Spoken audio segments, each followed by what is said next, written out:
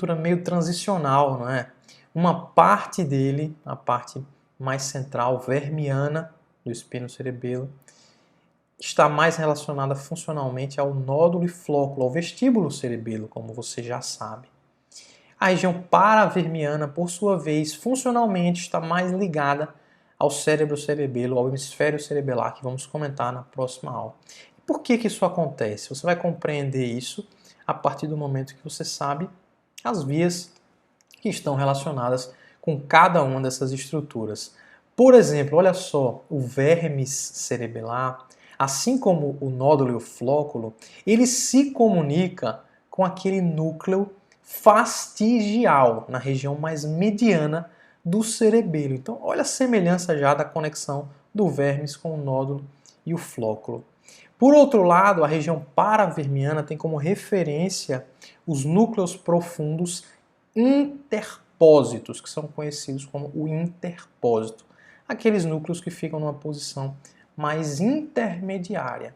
Então, observe que o vermes, a região do vermes, do espinocerebelo, tem uma relação intrínseca muito ligada com o nódulo e o flóculo.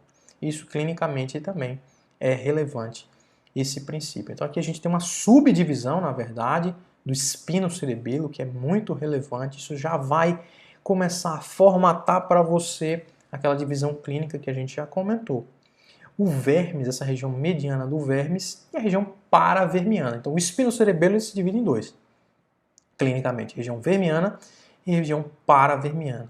A região vermiana, ela se assemelha muito ao vestíbulo cerebelo, nódulo e flóculo. A manifestação clínica ela vai ser incoordenação, ataxia de postura, marcha e equilíbrio.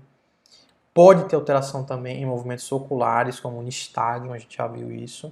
E até mesmo o controle vocal. Então o vermes acrescenta isso, a questão do controle vocal. A manifestação de disartria, alteração da articulação da fala nas síndromes cerebelares. O paciente ele apresenta uma fala mais arrastada, mais escandida, conhecida como fala escandida, fala cerebelar. Imitei mal aí, mas vamos colocar vídeo de novo para vocês. E foi, na verdade, o vídeo de abertura dessa nossa aula, se você quiser rever. Então, observe que o importante é espinocerebelo, região vermiana, se assemelha muito ao vestíbulo cerebelo, com essas manifestações cerebelares mais axiais, de postura, fala e controle do olhar conjugado, movimentos oculares involuntários dos olhos.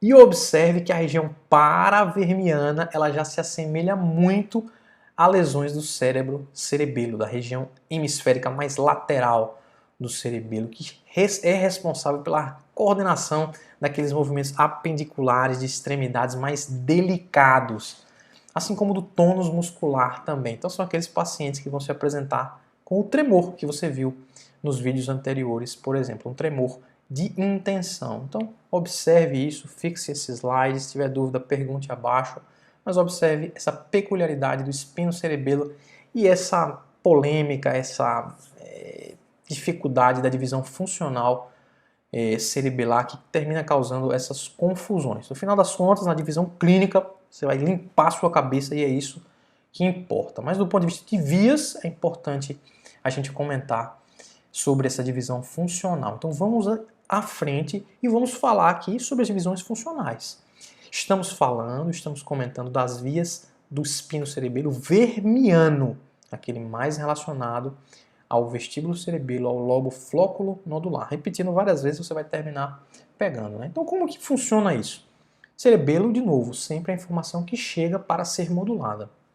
E de onde vem a informação para o vermes? Como na grande parte das vezes, essa informação vem da medula espinhal, tratos espinocerebelares, que trazem informação sobre a propriocepção inconsciente. Putz, Wagner, não sei o que é isso. Lembra que a gente comentou na aula de vias também de sensibilidade, que tem propriocepção consciente? Então, a sensibilidade informa ao teu córtex sensitivo onde está a posição do seu dedo, do pé, da mão, por exemplo. E você tem a consciência disso, você sabe disso. Mas existe também uma via, que é a via espinocerebelar, que ela é inconsciente. Você não se dá conta disso, o seu cerebelo resolve para você. Chega a informação da medula espinhal, informando a posição das articulações, o cerebelo ele fica ciente disso, mas isso está no seu subconsciente, você não controla isso. Isso é um controle motor automatizado pelo cerebelo.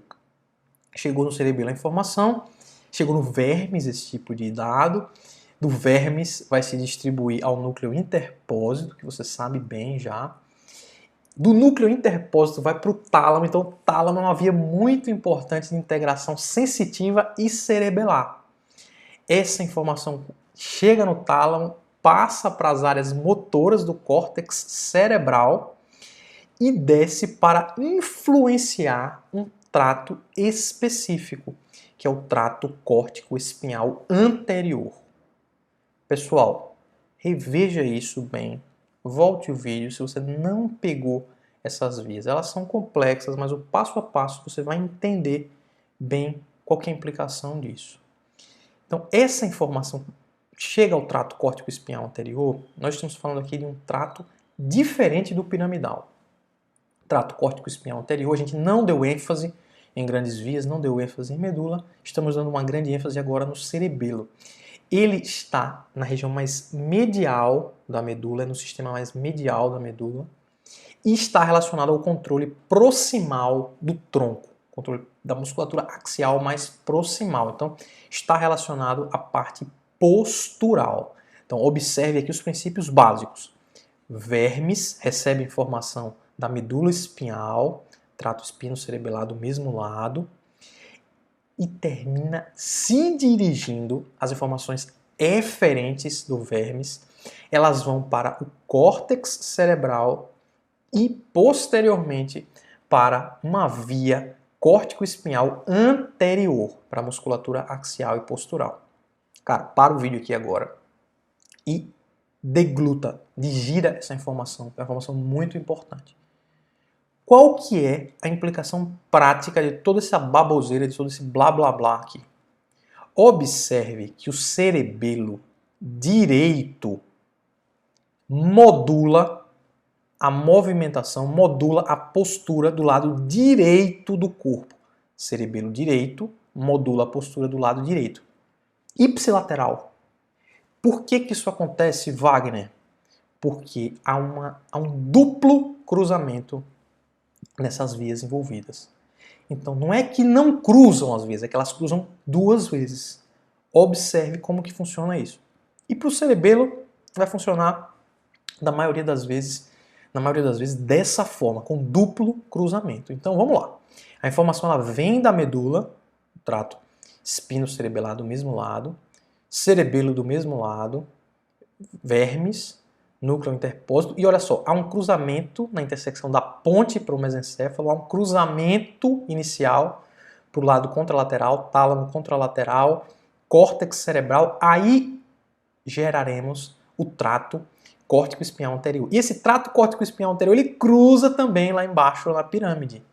Então, houve um cruzamento inicial da eferência cerebelar e posteriormente há um cruzamento dessa via descendente na região piramidal.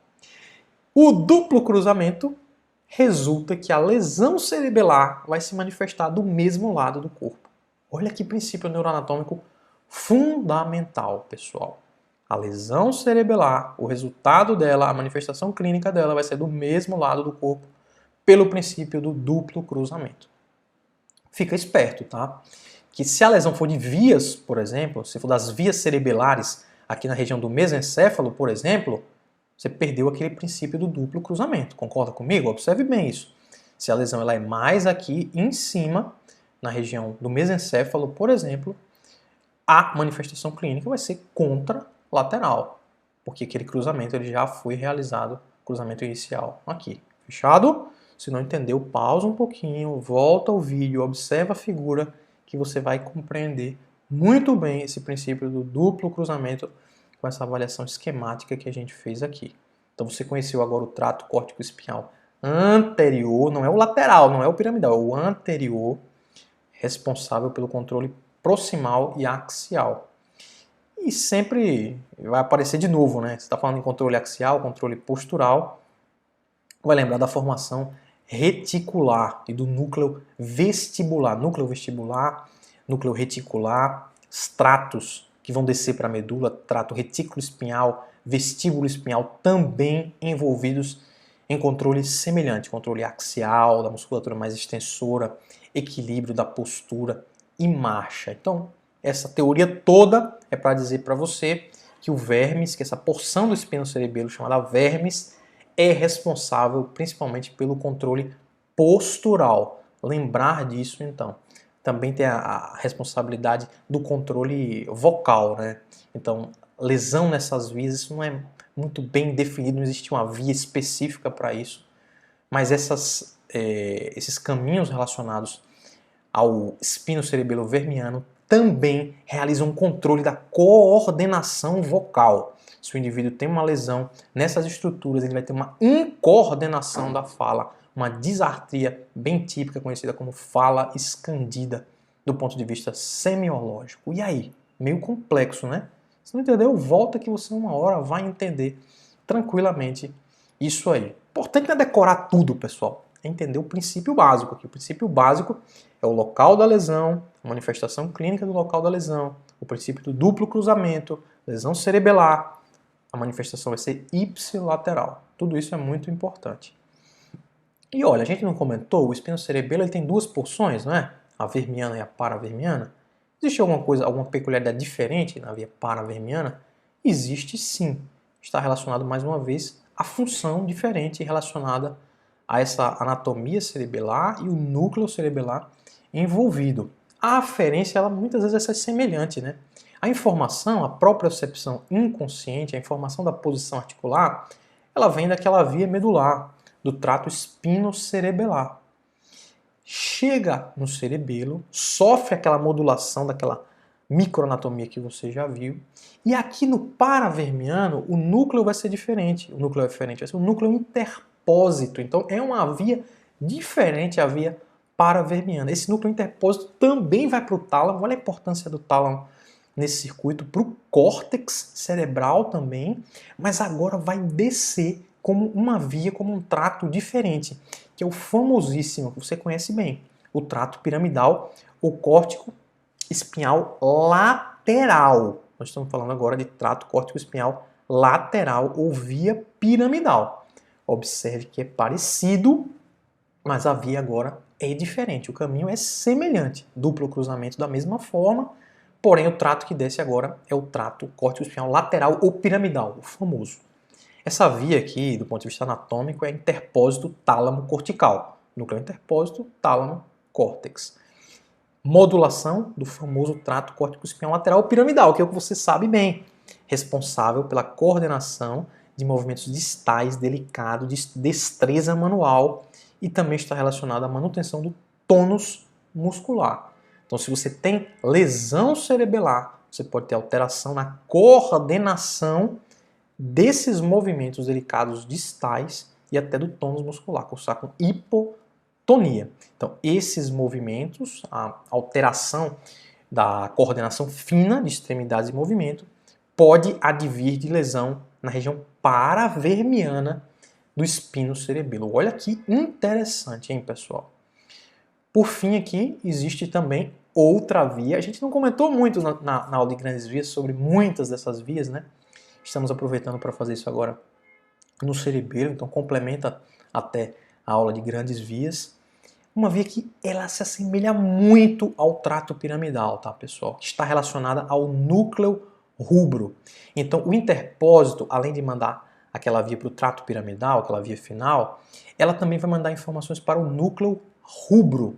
E existe também um trato, conhecido como trato rubro-espinhal.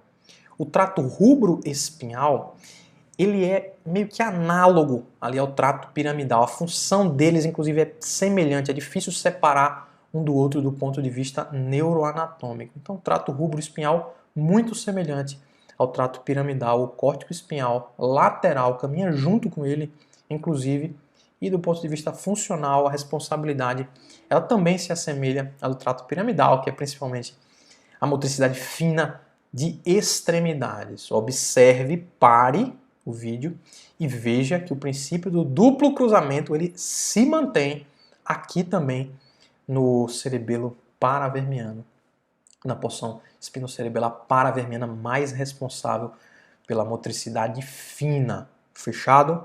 Memoriza isso, mentaliza isso que vai ser importante. Cara, difícil isso, né? Muita via ali, muito fio, muita ligação, beleza. Vamos então solidificar o conhecimento. Espinocerebelo, você já viu que ele se subdivide na região vermiana e região paravermiana. Região mais central e região tendendo um pouco mais lateral. A função da região vermiana se assemelha ao vestíbulo cerebelo, é uma função mais axial, relacionada a equilíbrio, postura, controle de movimento ocular, controle vocal também, ao passo que a região paravermiana ela se assemelha já ao cerebelo, cerebelo mais apendicular, controle dos movimentos mais finos, inclusive do tônus muscular. Wagner, e se tem lesão, se há lesão em alguma dessas estruturas, a manifestação clínica ela pode ser diferente, inclusive, né? Se a lesão é na região mais vermiana, assim como no lobo flóculo-nodular, a manifestação clínica pode ser ataxia, incoordenação cerebelar axial, marcha de base larga, dificuldade na postura e marcha, nistagmo, movimento ocular involuntário, e a fala escandida disártrica, que é típica do cerebelo. Disartria pode ser por várias causas, tá, pessoal? Disartria pode ser, por exemplo, por lesão do 12º nervo hipoglosso, pode ser por lesão cerebral bilateral, supratentorial. A disartria cerebelar ela é tipicamente escandida, uma fala muito arrastada. E lógico, você vai pegar as manifestações associadas de cerebelopatia para fazer esse diagnóstico. Por outro lado, se a lesão é na região paravermiana, você vai manifestar uma ataxia, uma incoordenação apendicular da região mais distal, que é aquele tremor, aquele movimento involuntário que piora quando chega próximo do alvo e pode até apresentar hipotonia muscular também. Essa, para mim, eu considero a parte mais difícil do cerebelo, o espinocerebelo, compreender essas nuances. Se você entende bem o espinocerebelo, você entendeu bem a anatomia do cerebelo. Então, viu, pessoal? O mais importante, na verdade, não é decorar estruturas propriamente ditas. É conhecer mais ou menos o caminho por onde passam aquelas vias, que é dali que vão surgir as manifestações clínicas. Fica esperto e até a próxima.